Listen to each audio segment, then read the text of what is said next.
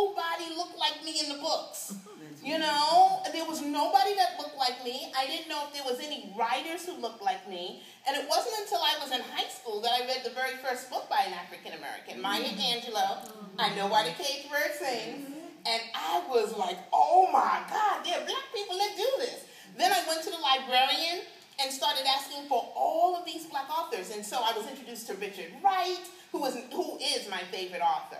And just things that I was exposed, but the problem was I was already 15, 16 years old, and when I started talking to people about whether or not I could be a writer as a career, I never heard any positiveness.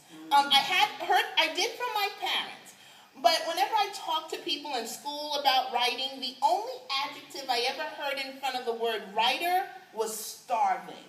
And starving writer did not fit any part of my personality. I was not trying to be a starving anything. So I ended up going to college, and I went to Hampton, and I studied communication disorders. People always say to me, well, why didn't you study journalism?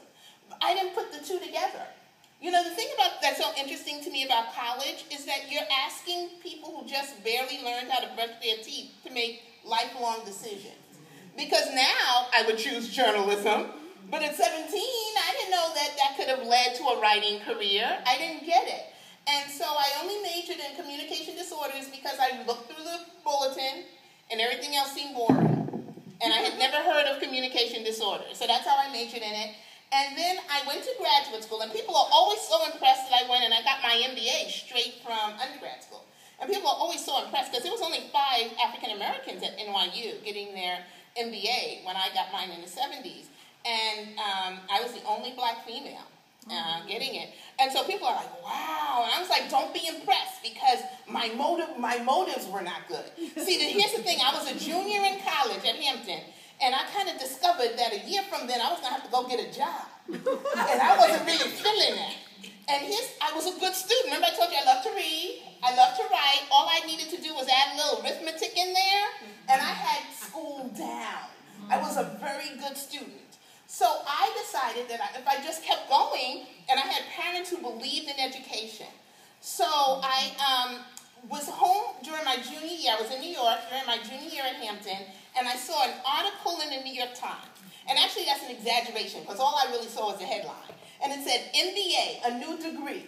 And then the first line said, these new young people are making a lot of money. That's all I needed to know. So I went and got my graduate degree, got my MBA, but that was only for 2 years. It was only a 2-year program. And I was like, I still don't really want to work. And so I told my parents that I was going to go into the Peace Corps.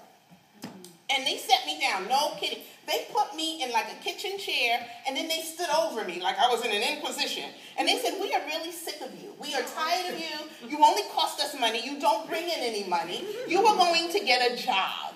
And then I met this man, married him. He wanted me to work too. Everybody wanted me to go get a job. So I ended up I was really upset with that. But I ended up working in corporate America. But you know what? I would tell anyone who ever asked that one day I was going to be a writer. I didn't know. All of my friends were like, that'll never happen. You'll never be a writer now. You're making too much money. How are you going to do that? But I never lost the dream that God had put into my heart when I was just a little girl. And in 1997, I want to encourage anybody who's in here who says, oh, I'm too old to get started. I didn't write my first novel until I was 42 years old. Isn't that something? Yeah. You're